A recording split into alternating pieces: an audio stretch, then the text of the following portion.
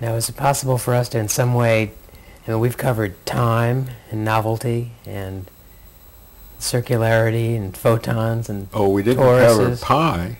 2 pi's In a torus. Yeah. No, I was trying to leave the torus and no. Oh, if you want to, let's cover that then. Well, I thought that's why you wanted to take this up, because the circle is made. That's 2 pi r, and the sphere doesn't do much more than just turn that circle around its diameter, and then you get 4/3 pi r cubed, but you still have only 1 pi. To get more pi's, you take your circle, instead of turning around its diameter, you would swing it around. Here's a circle. A point on its circumference. Swing it out around a point on its circumference, and then it becomes this, the donut. But that circle and this circle are 2 separate circles, they're 2 pi's, they're independent of one another. That's what this has. And I think the way to make it come home to common sense, think of everything in the world, everything in the universe out there in a great big sphere, and I go out and experience all this enormous amount of experience, information, what have you. But if I just stay out there stuck in all those grocery stores, I haven't done what has to be done. I have to take it back home. So bringing that back in is the other circle. Going out and coming in is that second circle, the first one being the horizon out there. I'd have to have my other donut to show this circle expanding and get it in one of those then coming stores. Back in again. But you think of a circle here.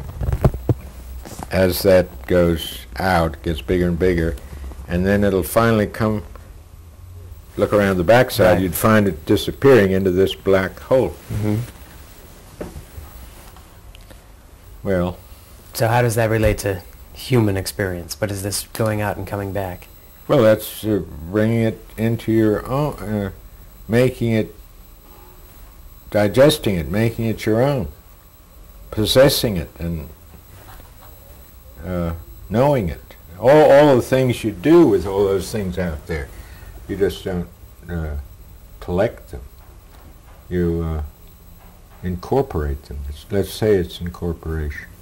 And to relate this back to learning that you were talking about as being at the core, is this also part of this incorporation? If you want to get the full story, this does have to be complicated, because then I have to point out that this other circle which is a turning inward, and that's perfectly okay by this visual example. Mm-hmm.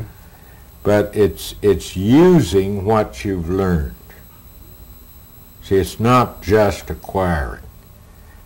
I think it's correct to say that you can think of the acquiring as getting greater and greater mass.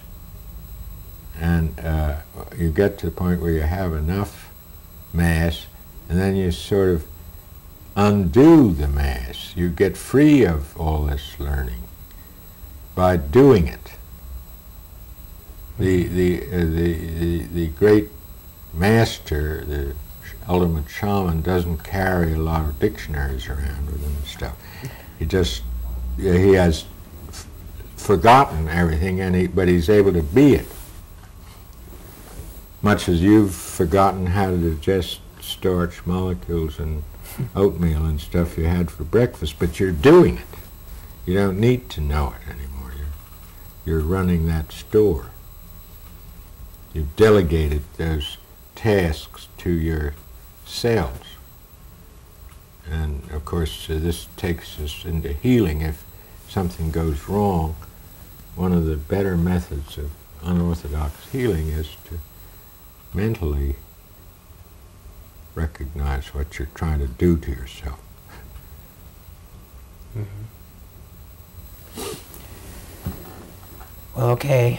I think we've had quite a session.